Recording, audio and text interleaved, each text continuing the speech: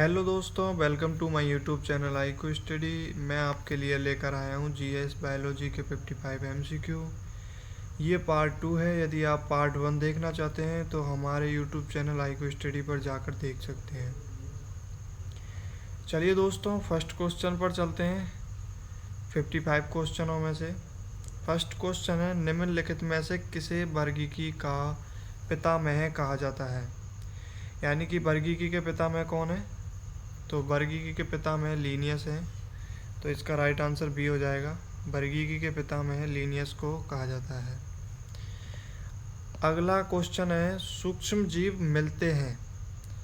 यानी कि जो छोटे छोटे जीव होते हैं वो किस में मिलते हैं? रेतली मिट्टी में मिलते हैं, लवण युक्त पानी में मिलते हैं, दलदल भूमि में मिलते हैं, या इन सभी में मिलते हैं।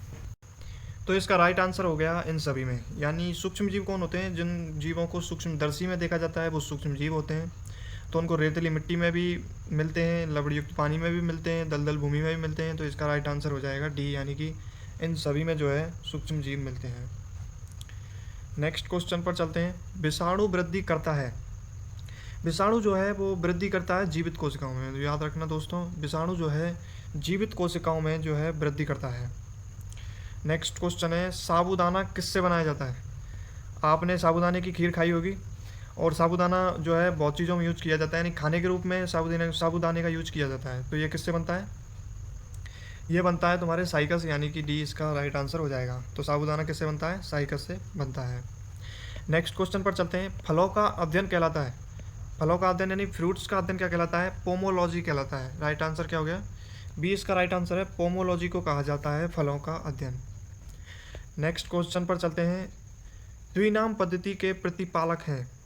द्विनाम पद्धति जो है लीनियस ने दी थी। याद रखना दोस्तों, हर कंपटीशन एग्जाम में ये क्वेश्चन पूछा जाता है कि द्विनाम पद्धति के प्रतिपालक कौन है। तो लीनियस जो है इसका राइट आंसर हो जाएगा। नेक्स्ट क्वेश्चन पर चलते हैं। जीवाणु की खोज सर्वप्रथम किसने की थी? यानी कि जीवाणु को किसने खोजा था? तो ल्यूवेनहॉक जो थे उन्होंने जीवाणु को खोजा था। इसका राइट आंसर सी हो जाएगा, ल्यूवेनहॉक। ल्यूवेनहॉक ने जो है जीवाणु की खोज सबसे पहले की थी। नेक्स्ट क्वेश्चन है, जिन पौधों पर बीज बनते हैं किंतु पुष्प नहीं लगते वो क्या कहलाते हैं? ऐसे पौधे जिनमें बीज तो बनते हैं लेकिन पुष्प नहीं लगते तो वो अनावृत बीजी पादप कहलाते हैं। कौन से पादप? अनावृत बीजी पादप, यानी डी इसका राइट आंसर हो जाएगा। नेक्स्ट क्वेश्चन है दोस्तों, जीवाणुओं की साधारण आकृति क्या होती है? जीवाणुओं की साधारण आकृति जो है छड़ रूप में होती है, यानी कि सी इसका राइट आंसर हो जाएगा। छड़ के रूप में जो है जीवाणु पाए जाते हैं। क्षण के रूप में जो है जीवाणु पाए जाते हैं। जो जीवाणु आकार में सबसे छोटे होते हैं वो क्या कहलाते हैं? आकार में सबसे छोटे होते हैं वो गोलाणु होते हैं, यानी कि उन जीवाणुओं का आकार कैसा होता है? गोल होता है। तो इसका राइट आंसर जो है बी हो जाएगा, गोलाणु। नेक्स्ट क्वेश्चन है कि निम्नलिखित में से कौन सा रोग बैक्टीरिया से होता है? तपेदिक रोग जो है वो बैक्टीरिया से होता है, यानी कि पीलिया रोग जो है बैक्टीरिया से नहीं होता। तपेदिक रोग जो है बैक्टीरिया से होता है। यहाँ तक कि चेचक भी जो है बैक्टीरिया से होने वाला रोग नहीं है, और पीलिया भी बैक्टीरिया से होने वाला रोग नहीं है। तो इसका राइट आंसर बी हो जाएगा, तपेदिक। नेक्स्ट क्वेश्चन पर चलते हैं। मानव की आंत में पाया जाने वाला जीवाणु है। ऐसा कौन सा जीवाणु है जो मानव की आंत में पाया जाता है? तो एसरीसियाई कोलाई जो है ऐसा जीवाणु है जो मानव की आंत में पाया जाता है। याद रखना दोस्तों, कौन सा जीवाणु है जो मानव की आंत में पाया जाता है? एसरीसियाई जो है कोलाई जो है इसका राइट आंसर हो जाएगा। अगला क्वेश्चन जो है, एंटीबायोटिक्स अधिकांशतः पाए जाते हैं। एंटीबायोटिक्स अधिकांशतः जीवाणुओं में पाए जाते हैं। इसका राइट आंसर हो जाएगा डी। कहाँ पाए जाते हैं? जीवाणुओं में। नेक्स्ट क्वेश्चन है, निम्न में से सबसे छोटा जीव है। सबसे छोटा मतलब सूक्ष्म जीव हो गया। तो माइकोप्लाज्मा सबसे छोटा जीव होता है। याद रखना दोस्तों, माइकोप्लाज्मा जो है सबसे छोटा जीव है। सबसे छोटा जीव कौन सा हो गया? माइकोप्लाज्मा। नेक्स्ट क्वेश्चन पर चलते हैं। नेक्स्ट क्वेश्चन है, निम्नलिखित में से कौन सा रोग जीवाणु के कारण होता है? इनमें से कौन सा रोग जो है जीवाणु के कारण होता है? जीवाणु करता है। तो किस रोग को करता है? हैजा रोग को जो है जीवाणु करता है। जीवाणु को कौन सा रोग करता है? हैजा रोग जो है जीवाणु के कारण होता है। तो इसका राइट आंसर बी हो जाएगा, हैजा। नेक्स्ट क्वेश्चन है, निम्नलिखित में से किसके द्वारा दूध खट्टा होता है? तो दूध जो है बैक्टीरिया के द्वारा खट्टा होता है, और बैक्टीरिया के द्वारा ही फटता है। तो इसका राइट आंसर हो जाएगा बी। किसके द्वारा? दूध किसके द्वारा खट्टा होता है? बैक्टीरिया के द्वारा। नेक्स्ट क्वेश्चन है, निम्नलिखित में से कौन सा रोग जो है जीवाणु संक्रमण के कारण होती है? कुष्ठ रोग जो है जीवाणु संक्रमण के कारण होती है। तो राइट आंसर क्या हो गया, सी इसका राइट आंसर है। सी इसका राइट आंसर है, कुष्ठ रोग। नेक्स्ट क्वेश्चन है, सर्वप्रथम विषाणु की खोज किसने की? सबसे पहले विषाणु किसने खोजा था?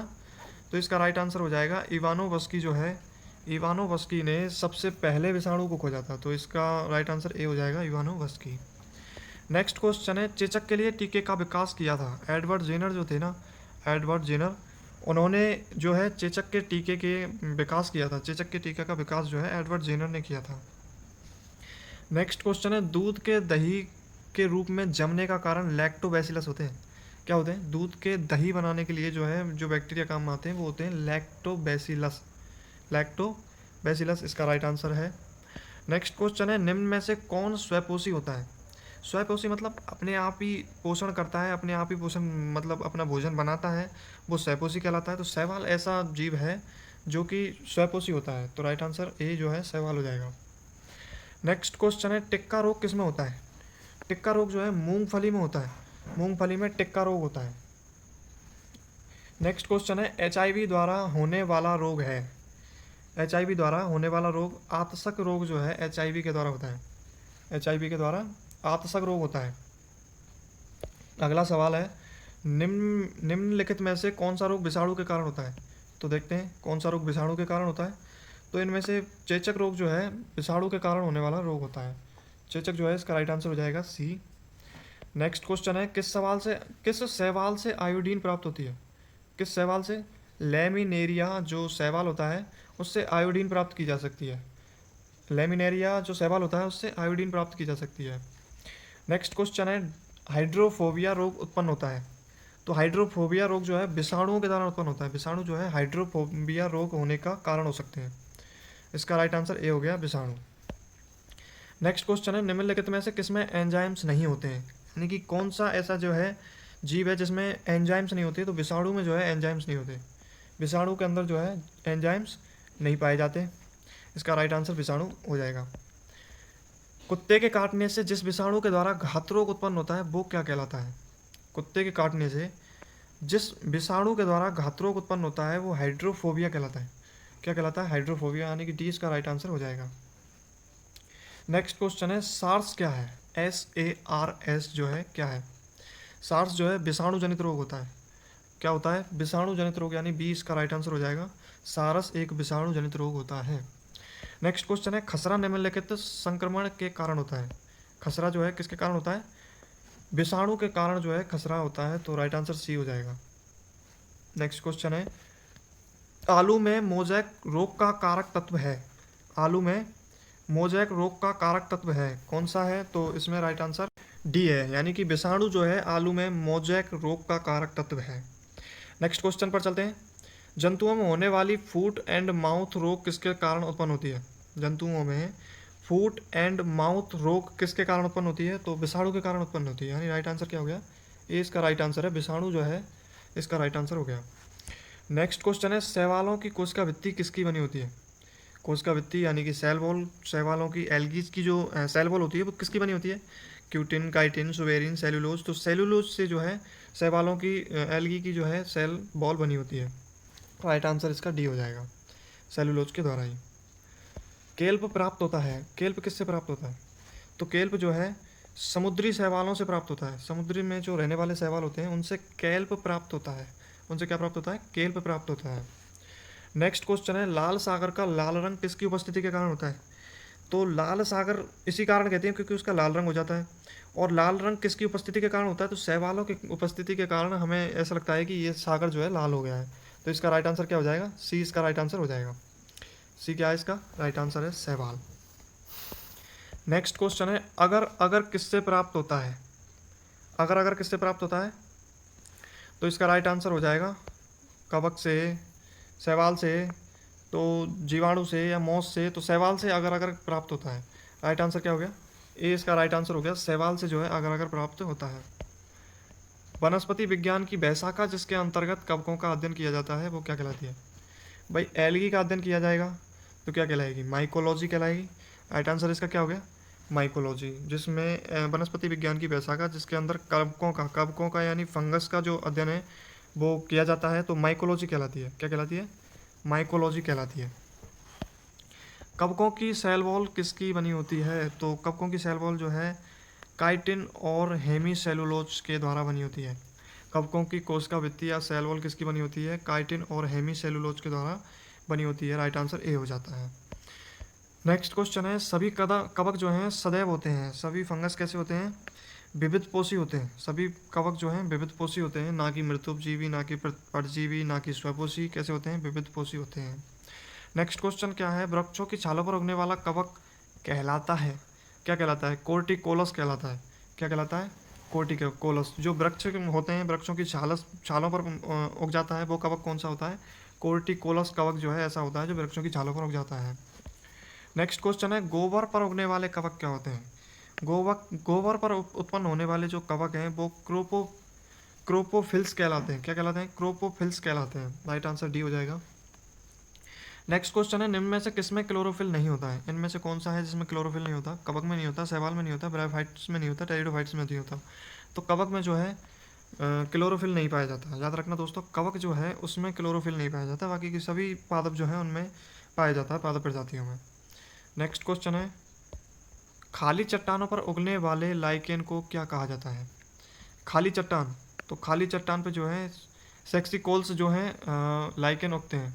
सेक्सिकोल्स लाइकेन जो है खाली चट्टानों पर उगते हैं, याद रखना दोस्तों। नेक्स्ट क्वेश्चन है, जापान में लोग किस लाइकेन को सब्जी के रूप में खाते हैं? जापान में लोग जो है इंडोकार्पन को जापान में लोग इंडोकार्पन लाइकेन ऐसा है जिसको जापान में लोग सब्जी के रूप में बनाकर खाते हैं, इंडोकार्पन को। नेक्स्ट क्वेश्चन है, मिर्गी की औषधि किस लाइकेन से प्राप्त होती है? मिर्गी एक रोग होता है, तो इसकी औषधि किस लाइकेन से प्राप्त होती है? परमेलिया लाइकेन से प्राप्त होती है। परमेलिया लाइकेन से जो है मिर्गी की औषधि प्राप्त होती है।